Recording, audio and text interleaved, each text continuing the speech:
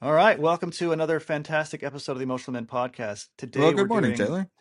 good morning. We're doing something very special and fun.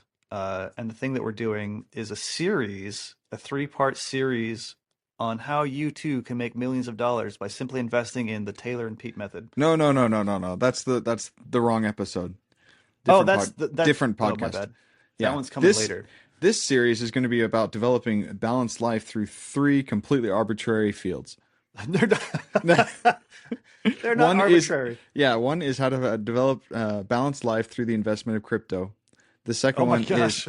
no, no, no, no. We're all crypto bros up on this. Yeah, right. We're That's gonna right. Today's episode we're Ethereum, talking about baby. educational pursuits, how to balance your life and education. Our next episode in the series is going to be about creative pursuits. How do you inject a little more art into your life? And the third is going to be about your physical pursuits. What are you doing to be more connected with your body?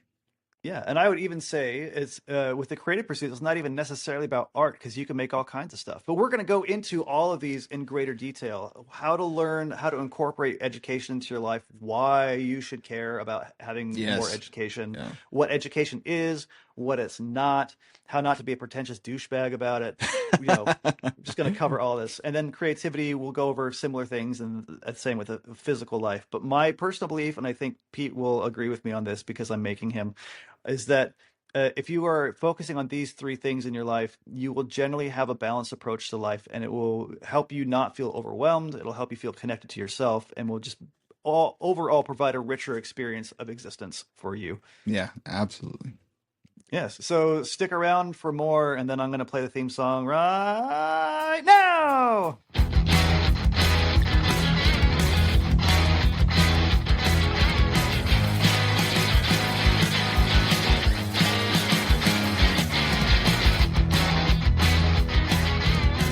Should we try starting this again? Okay.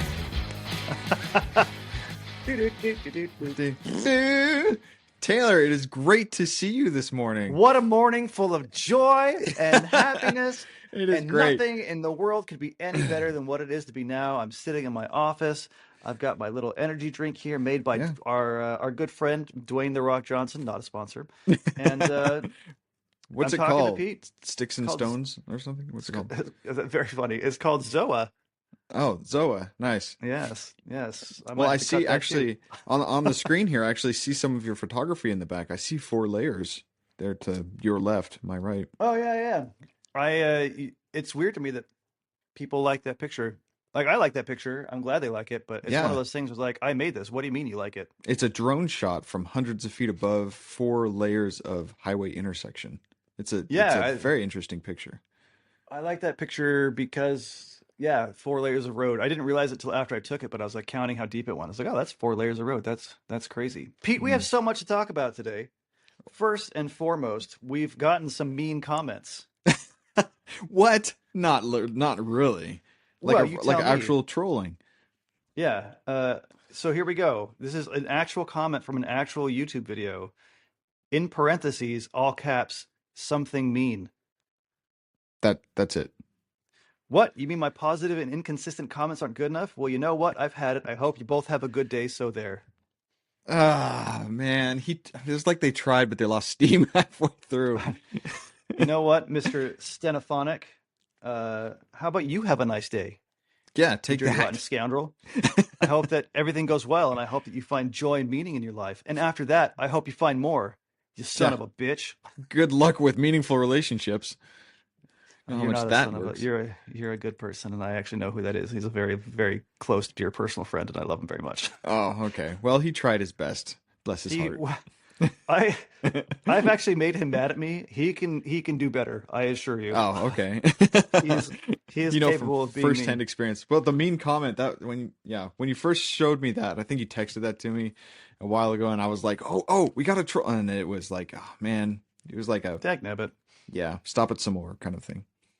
Yeah, yeah. The other thing that has been really interesting is I have a couple people that I've been in touch with who actually listen pretty regularly, and one of them even was like, "You should make T-shirts." I was like, "What? Why?"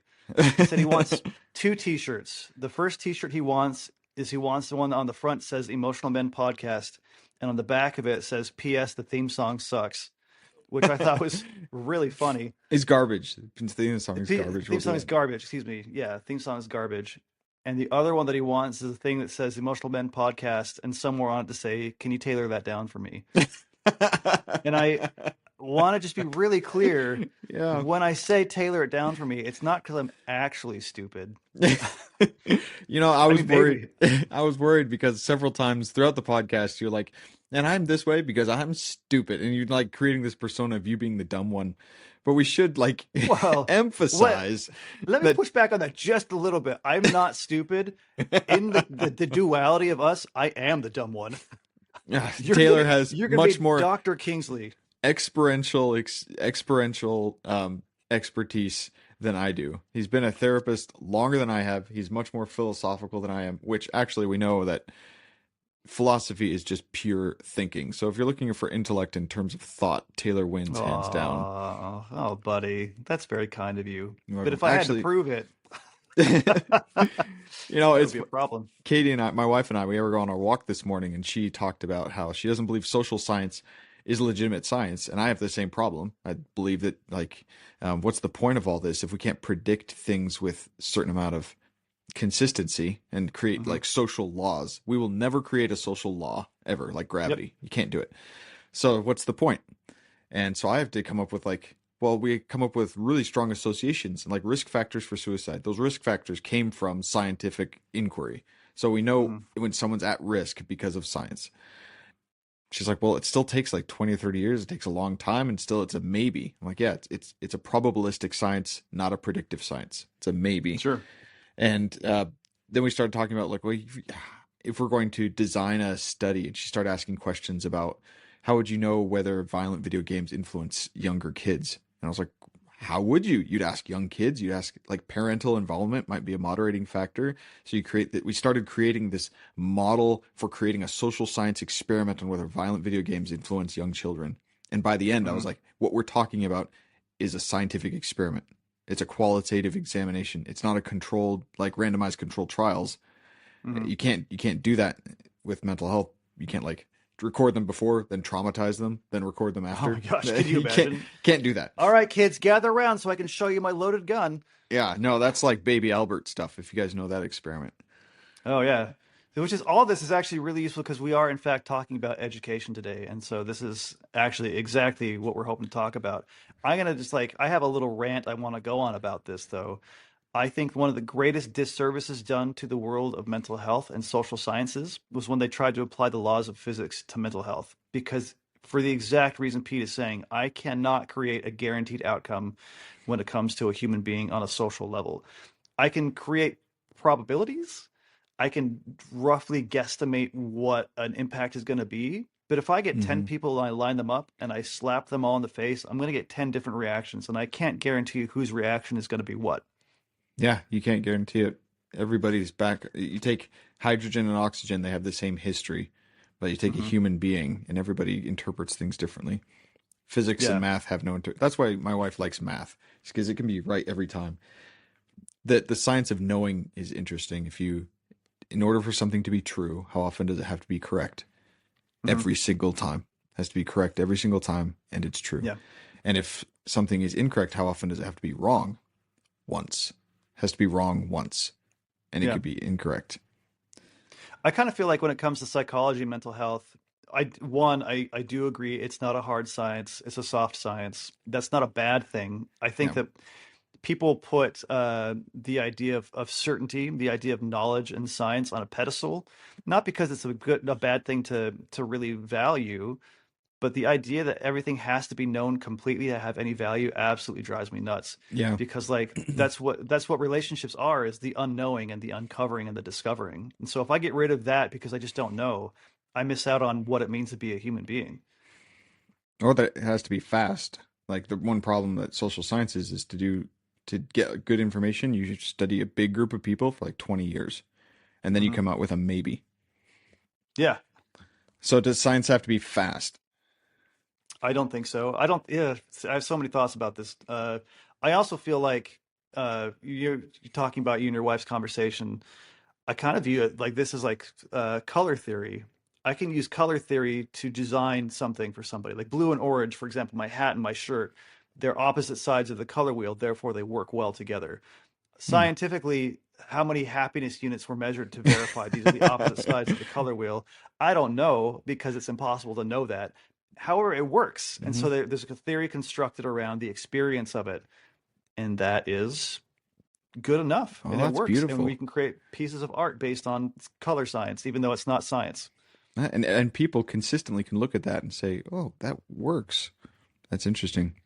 Yeah, what they can't say and what you and I couldn't say is if someone saw what I'm wearing right now, my daughter's hat, my orange shirt, which was a gift from Pete, which I actually really like because it has the word phenomena on it. Thanks. Um, if someone were to look at that, I can guarantee that the colors work well together. I cannot guarantee they're going to like it, and that's where people look at Oh, social yes. sciences and say it's not a science because I can't guarantee that you're going to like it. That's not the question. The question isn't whether you like it. The question is whether it works. Hmm. And what I like about social science, I'm studying social work, and what I like about it is I've had these conversations with my professors, and they are not apologetic about it at all. They are genuinely curious researchers, and if they are Hmm. curious to see if um, whatever they're studying, depression among adolescents using a text-based platform is what one of my professors is doing, using a text-based intervention to treat adolescent depression. And the question is, will this work? And the answer, I don't know yet. And they're genuinely curious, and the method of why this works, they can dive into whether it would work. They have a theory, how it works, maybe, but it's just curious.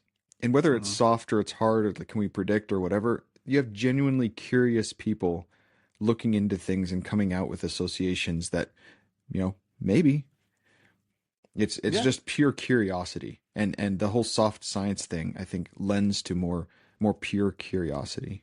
But that's my bias.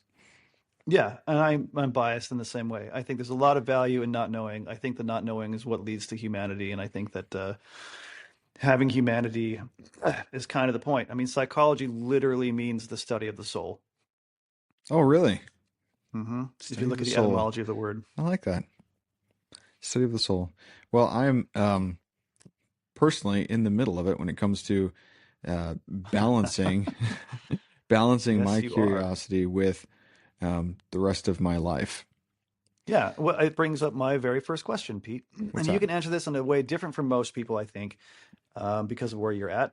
Why would you say a continued focus on education is an important component in a balanced life? Because you are in your 40s getting a doctorate, past the point where most people kind of enter into that. Yeah. What made you go, this is a good idea? Well, from my upbringing, um, being taught that education is not a degree, education is not going to school. Admittedly, that's kind of the crux of what we're talking about here, balancing hard education with life. That's my life right now. But in general, education just means filling the voids of your ignorance in whatever Hmm. way that you can. It could be reading a book. Like I realized that I'd never actually read Meditations on Stoicism Hmm. by Marcus or Aurelius. Marcus Aurelius, and that was a See, I'm not gap. the dumb one. I'm not Yeah, the dumb one. see, I'm a smart boy. experiential expertise, and reading those was like, this is magnificent. I love Stoicism, at least in the way this guy writes it, and that was I didn't get anything after that. Didn't get a degree, didn't get a certificate of training, didn't get anything, and yet I feel like it's filled something that I didn't even know I was missing. Hmm. So, why education is important? It seems like it's more of a intellectual humility and perseverance. It sounds like a personality trait. Pursuit of Hmm. education could be your kids come home from their elementary school and they're asking you about long division, and you're like, shoot, Hmm. I haven't practiced long division in decades. So that night they go to bed and you just do two or three long division problems and you get spun up on it. You're like, okay, good, got it. You have educated yourself, and you are, and because of your personality, because of just the way that you are, you felt like you needed to fill that inside of yourself. We're naming an important thing, which is that education is important for filling a Oh void yeah, in a, education. yeah, I think it's important for connecting yourself to a broader understanding of the world beyond who you are. It's an important and necessary thing.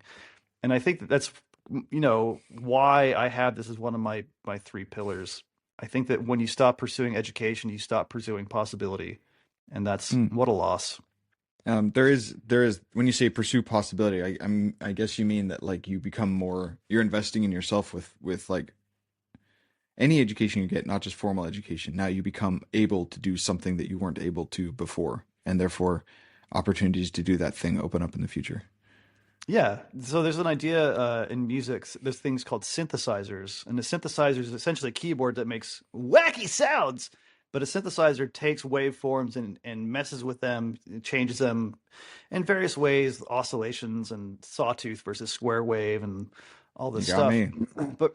But really, what a synthesizer does is it takes a bunch of things and combines them to make a single thing. And Hmm. education gives you more things to synthesize to make new, better things. Like, for example, talking about psychology as a study of science and the difficulties that come with physics, you have to understand what physics is, why the idea of a physics experiment doesn't work for a psychological experiment, and still find value within the psychological study. That's an example of synthesis. I Did I tailor it down? Did I tailor it down No, good? that was beautiful, beautiful. Why it doesn't Yes. work from one to the other? You know, at this point, I would bring out a study that I found. And honestly, when I talk about studies when it comes to um, balance, work-life balance, it's a whole lot of feel-good advice. And I wouldn't want to use like feel-good advice, but that, Work-life balance? yeah, yeah, work-life balance. Like we know that stress, it basically came out as a bunch of stress studies. So I found Hmm. a lot of studies saying actually you find a nominal wave of, or at the peak of the wave of stress, you're still in productive stress. And when you get to Hmm. be too much stress, then the productivity wave goes way down. So you are becoming less productive, but more stressed. So at the middle there, you're reaching what they call eustress, which is good stress. And then as you proceed through and you get more and more anxious and stressed, it is not productive and it becomes distress. Now you're Hmm. distressed. So you have to find yourself a balance between how much pressure do you allow yourself to be productive and how much pressure is then unproductive. Did we just jump into a different episode? Now, I imagine Because stress and education come hand in hand for a lot of people. oh, okay, we'll call that projection. Oh man. No, no, everybody bites their nails and, poops It's in the stressed yard. out. It's a totally normal thing to do. I mean, I know I do. My neighbors hate it, but I think it's See? because I make eye contact. Like if my neighbors walk around the street, I'm Bob, look at me, Don't look at look Taylor. at me. Don't. Yeah, I exactly. see you See, want to look at me, Bob. Eye see, contact, with an baby. N of two, I can determine that doing this is normal. That's right. That's right. And education will tell you that's a terrible way to construct a study. The results of That's this right. study are non-transferable and therefore invalid. What do they say? Education is knowing a tomato is a fruit, but wisdom is Wisdom not is knowing making not it. to put it in a fruit salad. Don't put in the fruit salad. That's right. Yeah, yeah. If there's a book called Atomic Habits by James Clear, basically one guy's solution to life by making good habits small and bite size and doing them consistently over and over and over and over and over again by little bit at a time. Atomic meaning the size of the habit, small atomic habits. Mhm. Anyway, I went to his website because he had something about boredom. And I think one of the problems, at least for me, this is totally anecdotal. So this is just me, that when I get stressed, I shut down. And so Hmm. in order to bring myself back, I will be knee deep into some research method and my brain will just go bleh and start oozing out my ears. And I get so incredibly bored. And granted that I came into this degree just bright eyed and bushy tailed about pursuing this. And I was like, I'm going to just study everything, gain so much knowledge. And then when I get into this, like months in, it's just like, oh, it's just trudging along. So James Clear wrote an article about falling in love with boredom Hmm. and a way to be bored, especially when pursuing a task that you've become so good at over and over and over again to where you become bored with it. And he had two options. One was increase your proficiency, find ways that you suck at it and continually work on it like a hobby. And then second, fall in love with the result of the task rather than the task itself. It's hard to fall in love with something that you objectively hate doing. So if you hate something, you can't convince yourself that you love it. I think we've talked about that in the past. Don't just put a rose-colored glasses on something it's not pleasant, not good. Mhm. So fall in love with the result of the task. Which isn't to say you can't find things to love about a thing you don't like. No, yes, then there's optimism, and Yeah. yeah, We being should in the do an moment. episode on optimism. That's a good idea. That's good. Hopefully, by the time people reach this episode, they'll know that we did. Oh, snap! We're on Done. top of it. It's like going Yeah. back in time and boom, done. Yes, yes, Did yes. listen to that episode about optimism, finding Brought the to you by sunshine McCary in the suck. Counseling. Ah, he gets paid every time he says that. Yes, by me, which means there's no net difference at all. So I guess through this is what education is. We've been talking about that. Um, do you think that education is an important component of a balanced life? Do you think people need education, that they should pursue it? I don't want to shoot my pants, that people's lives are better if they pursue it. It's yes, but it's hard to see because the best education takes a long time, and it's working on yourself or the knowledge that you have. It's insufferable when somebody learns something quick and then they want to broadcast this one thing that they learned. And I've done that. I do this all the time. When you learn something cool and new and you want to share it with everybody, and people are like, shut up. Taylor's done that several times. But the but you know what it's like when you when you meet somebody who's been through life, and whether, regardless of their socioeconomic status, they have remained with an educational mindset. They've Mhm. stayed in love with Humble. I mean, to kind learning. of refer to the last episode we did, this is exactly what we're talking about. The receptivity you have to learning is directly related to your capacity for success. Yes, yes, yeah, humility Hmm. and By the way, that's synthesis. I took two things and made a new thing. wacky. Booyah! In any case, I had this one friend. His name was Mhm. Leslie Bassett. Actually, his son was my friend, Brandon. Jared. Sorry, Brandon was his brother. Dang it. Jared Bassett was my friend. Andre, Oh my gosh. Robert. You've done this to me several times. I make an error. Anyway, Leslie was a great guy. He was a driver, and we lived in Oklahoma, and he taught me how to use a push broom. I remember that. And then he taught me about how a lock works Hmm. because he drove for armored vehicles for banks and stuff. And he was in his like 60s or so. But I loved how quiet and yet and knowledgeable he was. And my Hmm. dad, you guys know my dad. My dad has a lot of formal education, and I hung out with people who have formal education. And yet this older guy, Leslie, knew so much. He knew so much, and in his realm of living, he continued to soak up stuff. So when you ask, does it make people's lives better? I say it's yes, um, but I think the best learning is when you live with it and you're continuing to soak it up. It's not Yeah. necessarily that like, oh, I just learned this thing. And sometimes that happens, but usually it's because, you know what?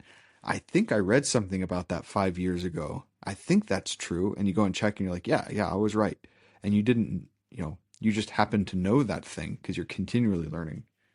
Yeah. I kind of want to give a shout out to my buddy Christian about this. He's so good at doing this, where he will get interested in a thing and then completely immerse himself in everything he can learn about it. For example, he decided he wanted to learn about cars and specifically focused on Jeeps. And so now he can, I think quite literally, if you give him a Jeep, he can take it apart and put it back together by hand without any help. He kind of knows where everything Wow. goes. He right now is making guitar pedals. He's a graphic designer and taught himself electrical engineering so he could make guitar pedals. And when I tell you he makes some of the best sounding guitar pedals I've ever played, he makes some really, really good guitar pedals. Check him out, Booner FX. But But like, yeah, that's what I'm talking about. Somebody who just learns with no expectation of recognition or to hit to what do you call it, recognition or some kind of social promotion. It's mhm. just because he wants to. Yeah, and for me as a human being, it's one of the things about Christian I try to emulate the most is his capacity for full immersion in a new topic to the point where I think he becomes if not expert status, at least extremely knowledgeable about everything that he does. And that means he can have conversations about everything, which is a lot of fun. But it also means he can take these ideas and synthesize them into really cool things, and he can pull references from one thing and plug it into another to make it a richer experience. And even if it's only for himself that he does that, where he makes connections and then he like goes, "Oh, that's a really interesting connection," his life is still better. Jihad is really good at that too. Jihad's crazy good at that. And I'm Now, realizing now most of my close friends are really good at that. now the question is then, how do you immerse yourself in things without letting everything else take a back seat? I myself Ah, have a what I call an obsessive personality. I've bumped between woodworking and made like super heavy homemade shelves that worked but were like whatever. And then I went to blacksmithing and I make like knives and stuff. And then you I made went to a shaving cream brush for me one time. oh, that's right. And I would go to like antique shaving equipment. And I still have an Etsy shop for that. Go to the Happy Shaver on Brought to Etsy. you by Happy Shaver. Yeah, the Happy Shaver on We Etsy. should do an ad for you. Why not? That's right. So the Happy Shaver actually paid for the microphone covers. It's a small contribution. Hey man, Anyway, let's do it. We'll make an ad for the Happy Shaver. Why not? okay. But yeah, bouncing from one thing to the other. Um, and I feel in when watches. I also make watches.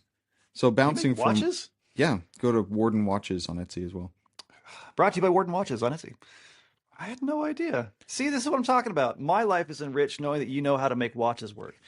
It does no good to me as a human being, except that my life is just happier. Like, I think it's so cool. I like doing them. It's like knowing about watches is not necessarily lucrative, but I think it's useful. Sometimes I wish I knew how to do that. I learned how to pick locks, but I can feel. But back to my point, I can feel the difference when it's starting to encroach on the rest of my life, and I'm have a watch that I have a loop in my eye, and I have my little tiny tools working on my little tiny watch, and I've been at this for 2 hours on the table, and I hear kids yelling, and it's dinner time, and I just want to work on this watch for my hobby, and um, and I know that I need to be a dad. Like I need to Mm. go do dad things. And I don't know where that balance is, but I can definitely tell when one is starting to encroach on the other. Yeah, and this is where we get into the idea of balance. And also, I think that the idea of learning about watches and making watches shows how closely related these three pillars are, right? There's education, there's creativity, taking your education and making something out of it, and whatever that means. And then we have, physical, just the physical action of doing it. It all kind of comes Hmm. together into this beautiful synthesis. Synthesis. The word of the day Ooh, today is synthesis. brought to you by the letter S. Phenomena. So Phenom- I think that In any case, education in any form should be a way for you to move towards creativity. My yeah, undergrad was in biology, and then I went directly into the Air Force. I mean, it didn't help me at all, and yet I enjoyed biology. I enjoy studying biology, and it helped me like open my eyes to the wonders of life. But I mean, I didn't necessarily use it to become a biologist or a laboratory technician. yeah. You went into engines, didn't you? You went Yeah, straight from biology into mechanics. the engines, yeah. So I think yeah, education should move you towards some type of creativity, whether it's Hopefully, exploring things you didn't know before, creating things. Even if you're chugging along doing a job that's monotonous, you can follow monotonous monotonous. Yeah, you can phenomena. you can follow James Clear and say if you're getting bored with what you're doing, find ways that you suck at it and find ways to become better at it. Oh, And dude. and I'm gonna just get on a soapbox and like full throated shout to the heavens. People should practice sucking at things. It's so important. oh yeah, and it's hard because you want to do things you're good at. Yeah, and like I don't think you should only do things you suck at, but I think a lot of growth exists in finding those sloppy edges and sharpening, and that's by practicing being bad at stuff. That was not Absolutely. much of a full throated yell. I'm recognizing that was No. a weak lead into a weak sentence, but I still stand by it. It is important. I think one of the things that's kind of popping up in this conversation that's really important to highlight and nail down is that there's a big difference between getting an education and getting a degree. And that's both Oh in terms of yeah. like a professional life and in terms of just like personal growth. Like I do not have a degree in American history. I have never really taken any classes in American history, but I've read so many books on the Revolutionary War that I could hold a conversation and be reasonably intelligent talking about all the various things that went into it. Does that give me any authority on it? Not necessarily, but I don't do it for the authority. I do it because I think it's interesting. And I can use the lessons I learned from the approach that the various people involved in the Revolutionary War took to improve my approach to things in my life. There's a big difference between getting a degree in something and being educated in something. Absolutely.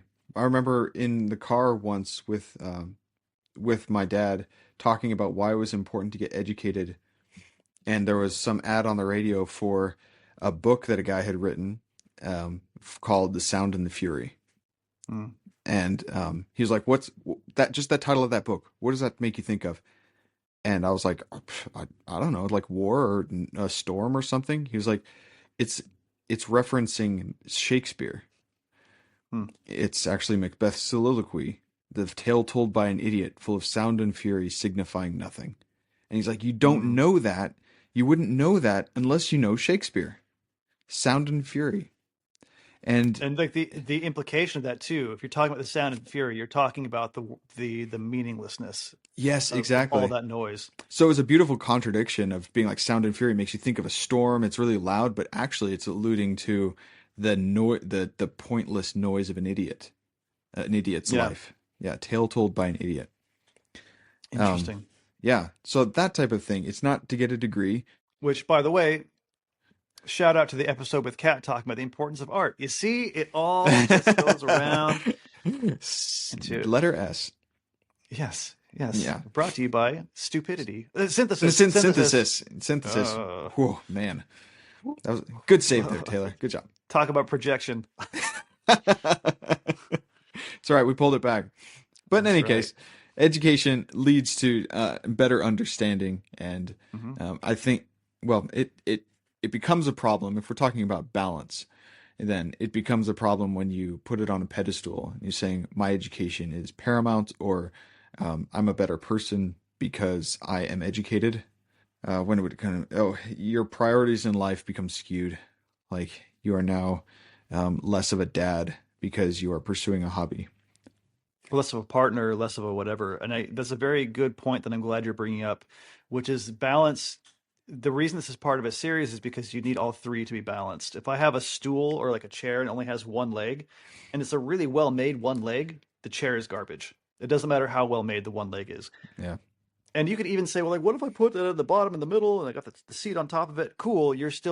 Maybe you're balanced in that moment, but there's no stability. So you're not actually, you know, balanced. I mean, I guess you Yeah. are. Anyway, the point is you need to have several of these things to make sure you don't get too far in ahead of the other. I think I certainly in my life, I'm sure Pete has met people who are like, well, I got my education here, there, Hmm. and Boston was really, really bad about this. Like people, the first question they ask is, where'd you go to college? And it's because people just go Really? like, well, education is the most important thing. Maybe, but it also makes you an insufferable, pretentious douchebag. So maybe Yeah, exactly. And after a while, you're eating kale and driving a Prius. not there's anything wrong with either of those two things. Just so we're clear, as somebody who had a Prius until recently and whose wife loves kale, I Okay, think this is okay. going back to the last episode with Jihad though. I brought up the Ivy League thing just to watch him squirm because I know he hates it when it gets brought up for this exact reason. Because he's like, yeah, I did go to Penn and it is an Ivy League school, but that's such a small part of who I am and it doesn't mean Yes. anything. Yeah. I mean, it means something, but it doesn't mean everything. Oh man, if I could, if I didn't even think about this, but there's a theory called objectification that was brought up in 1997 by two women who proposed that women are sexually objectified through various means, like the way they're looked at, the way they're talked to, stuff like that. But And as a objectification. man, I can say there's no way that's true. No, no, no. So, so objectification theory, I took it like as like, okay, well that's valid. Women, the risk is that depression over women is higher when they're older because they become objectified. I am my body is as they become objectified. I am a one-faceted jewel. This is all that I have, and if you lose that, you've lost yourself. Mm-hmm. And I took that in my social work masters, and I said, okay, can men have objectification? What would that look like? I suggested professional objectification. I am my job. I am nothing else. And I came up with different supports, like the rates of suicide during the Great Depression went up higher than fatalities in automotive cars because men were losing their jobs. So that was an assumption, but like this thought that if you turn yourself into a one characteristic person, that is all Mm-hmm. that you are. You are a one-legged stool and you are very, very fragile. And right now you may be balanced, but either you're going to lose your looks, you're going to lose your job, It's just not you'll lose sustainable. something. Yeah. And then that one thing that you've turned yourself into, you've objectified yourself, you have lost yourself. Mm-hmm. And so when you say, what am I? Like you ask a guy, like, so what are you? What are you? And they'll be like, oh, we understand that to mean, what do I do for a living? What are you? Mm-hmm. And it's a profound question. What are you? That's a lifelong thing to find out. And Yeah. people will answer with their jobs.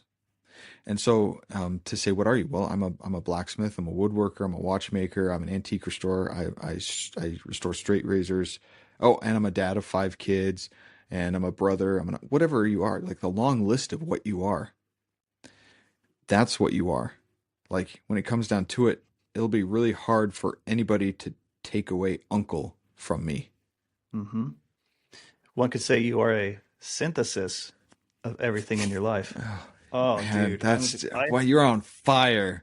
that's That's right. I'm looking for amazing. excuses at this point to use this one word. I'm Gosh, not stupid. we're changing I the know name of the words. podcast.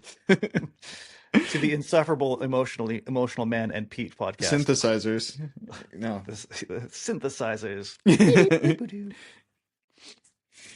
it There to are all Taylor to kinds come up of. with a riff. That's right. Oh, see, and I play the guitar. See, we've now synthesized the idea of Uh-huh. riffing between. I'm very good at what I That do. was a stretch. No, that's good. That was a bit of. Oh, teeing up a softball hit, and I just like totally whiffed He it. whiffed it. Man, I am blonde. Um, I think that there's there's a few things that are important to consider in all of this. And we'll start for me, I'll start at the bottom of or the beginning, not the bottom. We'll start at the beginning of professional life and kind of go from there.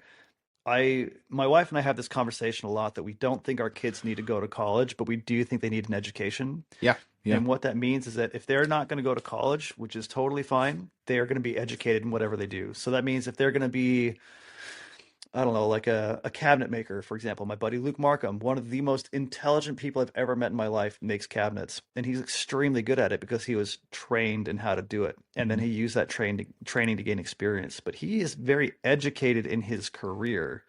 He knows how to do all kinds of joints. He knows different kinds of woods and the properties of woods, what tools to use. This is an education in action. And so he didn't need to go to woodworking college to get a woodworking degree, but he did need to pursue an education in it. And that's true of every single trade you can think of. If you're going to be a plumber, you better learn how to plumb things really well. If you're going to be a woodworker, if you're going to be a painter, all these things, there's always something more to learn. And the something that you learn will always make you better at your job. But the pursuit of that education will be the delineating factor between who you are and who everybody else is within Abs- your field. yeah, absolutely. And therefore, I think it might be healthier than not to have letters after your name because then you are not a thing. You've identified that as your personality. It's not a where did you go Mm-hmm. to school thing. It's a I'm you know I'm a dad. One of my exactly. I One of the things I love about being where I'm from is in Southern California when people meet you, they say, "What do you do?" They don't say, "What are you?" They don't say, "Where did you go to school?" They say, "What do you do?" Meaning, what are the things you accomplish? And you can say, "I'm a I do like writer, that. I'm a poet, I'm a painter, I'm a businessman, I'm a therapist." That's what I do. That's the work I do. But there is a delineation Hmm. between the thing that you do and the value that you have as a human being. And maybe this is me kind of romanticizing Los Angeles a little bit. But frankly, I feel like Los Angeles gets dunked on so many times. Anything I can do to paint it in a more realistic Oh, we picture can is put a in a good beautiful word for place. LA. They deserve That's it. Go right. ahead. The city of angels, baby. Los Angeles is a true gem in America. And I Okay, know a that's lot of enough. people Move on. very strongly disagree. I love Los Angeles. I love LA.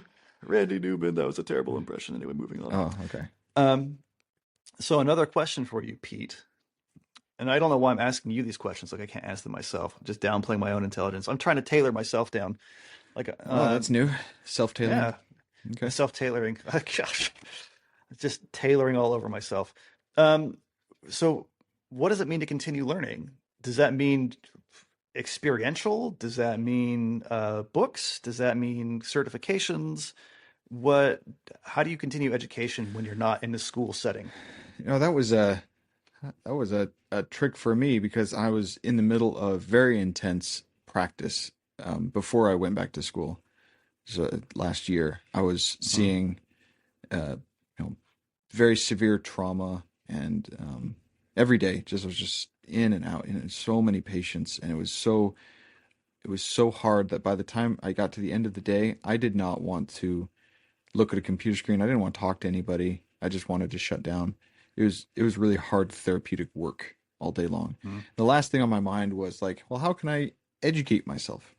In the day to day, it's hard. We have continuing education requirements as part of our profession, which help.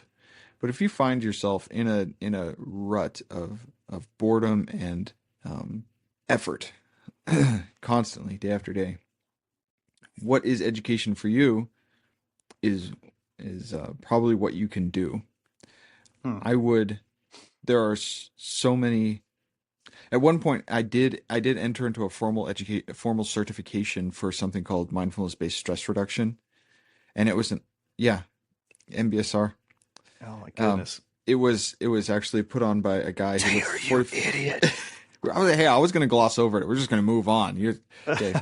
Everybody, Taylor said MBSR. Ugh. Oh, wait, that was the right one. Gosh, dang it. Ah, Pete really um, tailored that one up. take one for the team. You can take a formal certification. It was free. It was online. By the end of it, I got this certificate saying I had done official training, and then at other times I joined a free Zoom presentation, and I just listened to someone talk about anxiety management, and I got nothing out of that one. Um, but it's more of a small pursuit than it is a huge effort, I think, and it feels like a huge effort at the Hmm. time. At the end of the day, when you're like, what should I do? You need to be better at your job. You need to find um, a void in your knowledge, find your ignorance, and get curious about it. Anything. I want to kind of push against that last sentence just a little bit. And that's to say that I don't think education needs to be practical to be worthwhile. Like, I don't have to learn something that I can use to make something. I don't have to learn about something that I can specifically translate into something I can sell or something I can use on a daily basis. Like, for example, I am playing Hades 2 quite a bit, the video game, and I'm learning about different builds you can make in the game to make the game easier to beat. And that is in no way, shape, or form makes my life any easier in a practical, functional way, except for when I play the game. I'm still doing it anyway because I'm finding a lot of joy in it. Or I'm learning about the songwriting process of my favorite artists. It serves no purpose other than I think it's really fascinating. And Wait, there's the songwriting process of your yeah, favorite like artist? an easy example would be learning the history of Pink Floyd and Sid Barrett, and especially the dynamics between Roger Waters and David Gilmour and how that impacted the songwriting process is so fascinating to me and matters exactly 0%, Oh, but that I is still so know and I love interesting.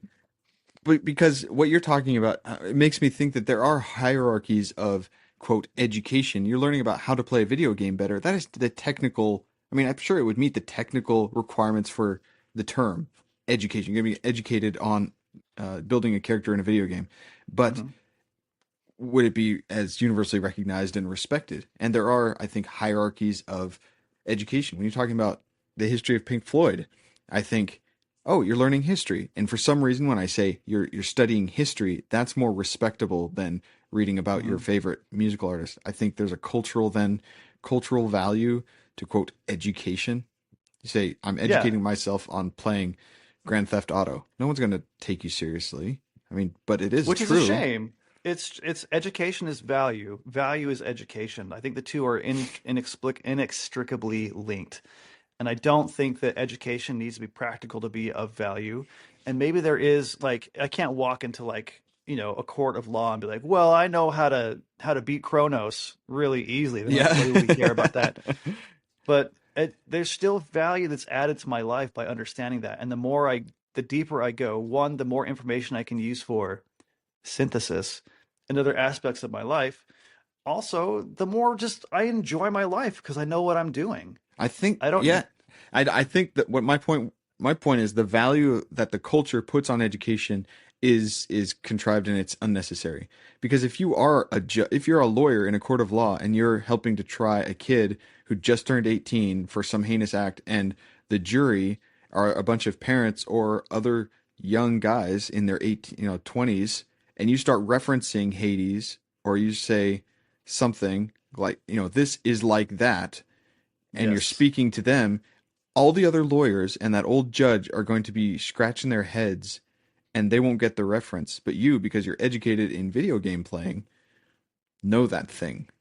I have a very strong feeling about this. I feel very strongly about this, and that is that I have a unique position because of my job. I have to know pop culture really, really well. I have to because people will come in and they'll make references to bodies of art or TV shows or Yeah. movies or musicians or whatever. If I don't know what they're talking about, I can't connect with them. And so I have to know lots of quote unquote useless information because that useless information is the connective tissue between me and this person in front of me. I have yet to get a piece of education or learning that hasn't blessed my life in some tangible way, even if it's just increased enjoyment, sure. But also like saying something like a little inside comment that only people who love a certain thing will get, and having someone look at me and go like, "Oh, there we go. There's the beginnings of a friendship right there." Yes, exactly. Yeah. In my office, I had somebody had drawn me a picture of a dragon on my door, on the door of my office, and it was a very particular dragon that only certain people will get. And one of my clients, as they're walking to my office, tapped the sticky note with the dragon on it and goes, "Hey, check out His Majesty." And that's a reference to Trogdor from the old internet show, Burninating the Homestar. country. Yes, burning. And he goes, "Hey, check out His Majesty." And I was like, "That's it, right there. That's what we spent the first 10 minutes on. Was talking about Homestar Runner and Hmm. Trogdor the Burninator." Hmm. Another And shout out, by the way, to Christian, who is really good at voices. He can listen to a person talk and can copy their voice. And having conversations with him where he just cycles through all the Homestar characters as an example is amazing because he does them all like pitch perfect and he gets the intonation and the word choice. Oh, it's amazing. dang it, I want to meet this guy. I want to hear him do Homstar. Ah, Oh, I'm my a mom, crafty tote bag. my mom is a chicken biscuit. Exactly. And he can do that. He could do that so perfectly that you'd be like, what weird demon has possessed your body to give you this voice? This is So just Christian, a shout out whole to episode about how great Christian is. hopefully he's one of our fans. If not, we're one of his. Yeah, I do believe he listens to the podcast pretty regularly. Okay, sweet. Well, in a few weeks he'll get to this one. Hopefully he sticks Yes, and he'll around. just know. Yes, he'll just know how much I truly, truly love him as a human being. I need to get more of my friends on this podcast. Yeah, man, what the crap? Actually, I just need more friends. Bow, bow, bow, Wah, wah, bow. wah. Can Jihad be my friend? I'll take Nope, him. Dang it. he's mine. Can Cat be my friend? Definitely no. One of my favorite things is introducing my friends to my other friends. I think Jihad has met all of my closest friends, and all of them now consider them his friend or their friends as well, which is well, I love it so much. Well, that's All my because, friends. yeah, we went through some of your friends' quote education, and it was he might have had formal education on one thing, but yet he is such a valuable worker because he has experience education in so many other things. Mm-hmm. So, Mm-hmm. Mm-hmm. Mm-hmm. All my friends know who Jihad is. I can say Jihad, and most of them can picture his face. as well, now I can, thanks to Jihad. Yeah. Uh, Yeah. he did a good job balancing his work and life, I think so. education and life. He's a very impressive individual, an impressive young man on many different levels. I So think as you we talk just about all spouted this, 3 more gray hairs when you said that. yes. He's such Oh, an well, impressive young man. you should see the way he cuts my lawn. Um, as we're talking about all this, I think there's a couple other things just kind of that we would do well to address, and that is that balancing time to include education does not mean setting aside 5 hours a day or even 5 hours a week. It just means you're being aware of it and you're pursuing it when you Mm-hmm. want to, when you can spare it. I tell clients all the time to have ideally 15 minutes of selfish time a day where they're just unabashedly doing what they want to do, not at the expense of safety and not at the expense of other people's safety, but just like setting aside 15 minutes to read about something that only is something that's for you, setting Yeah. aside time for listening to music with your eyes closed, or drawing or playing a video game or something.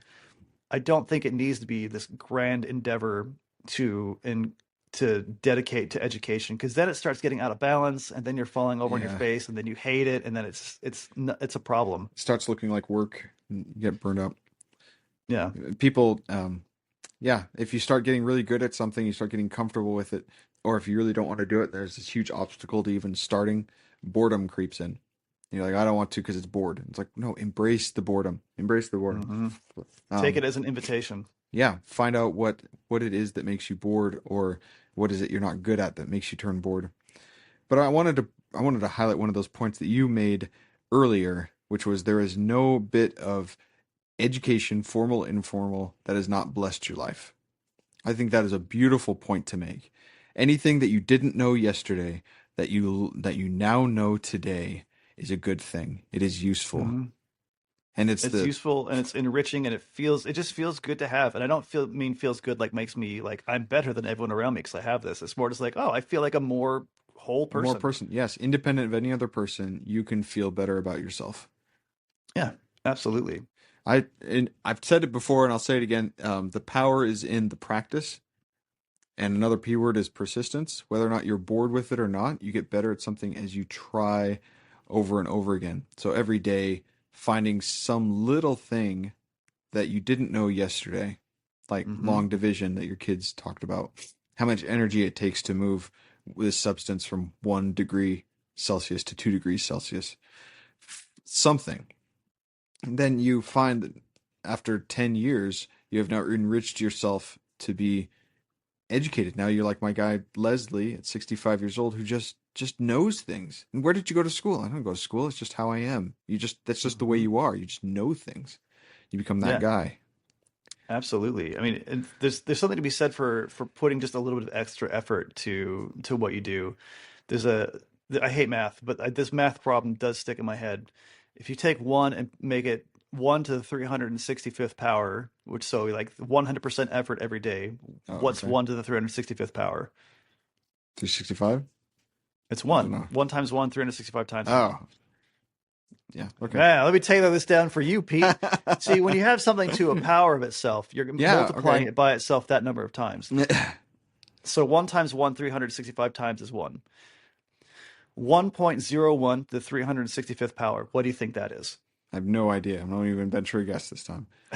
37. Oh, So okay. just that 1% extra effort towards Wow. something consistently over time It's gives you a 37 different. times a baseline effort. Yeah, absolutely. If it's sustained over the course of a year, you will have 37 whole numbers different between 0.01% more and 1 and 0% more. Well, Well, not 0.01, 1%. Anyway, the yeah. Well, point is anyway, math that's a is stupid and I hate everything. well, apparently neither of us. I didn't know the whole to the Soft 365 anyway. science is Sorry Katie's about right. that. We're idiots. Yeah. Oh my gosh. I'm so sorry to all Yes. the mathematicians. They were just waiting with bated breath for us to talk about Just like math. And then they did. ripping their hair out while we're Yeah. like butchering their science. Hey, here come the bad comments. The bad comment. You guys suck at math. Bring them Yes. on. See, we practically write them for you. Yeah, Taylor's come an on, idiot. guys. Pete is Pete doesn't actually know very math. intelligent and well spoken, No, I don't know math. but doesn't know math. Yeah. Taylor also doesn't know math. Yeah. Taylor's blonde. His Anyway, you beard can is write all these white. comments on our YouTube channel or on Instagram or even a Facebook Emotional Men That's right. podcast, or you can write us a hateful email at emotionalmenpc@gmail.com. Taylor will read all of it. It's good for him. Trust me, it's Yeah. good for him. You guys should definitely write him a hateful email. Oh my gosh. Someone somewhere who we don't know is going to listen to this and just write me the most horrific email ever, and Oh, they will I'm look. gonna laugh so hard. They'll look you up and like look up all your internet history and your online Oh my presence. gosh. Yeah. Just like every picture I've ever taken, like say, this picture sucked because the balance was off. Your editing is terrible. Oh my gosh. Oh man. Anyway, Well, it's been a pleasure talking with you today, Taylor. yes, we've synthesized so much. Synthesize. S. It has been a surprisingly delightful and upbeat conversation, considering I think both of us came into this today like I'm tired. Yeah. Well, it helps to get energetic when you start to banter back and forth about meaningless things. Yeah, that is true. That is true. Well, Pete, I love you, man. It's always I good love you talking too, to Taylor. Have yourself a beautiful day. Yep. Happy Halloween. Yeah. See yous. Bye.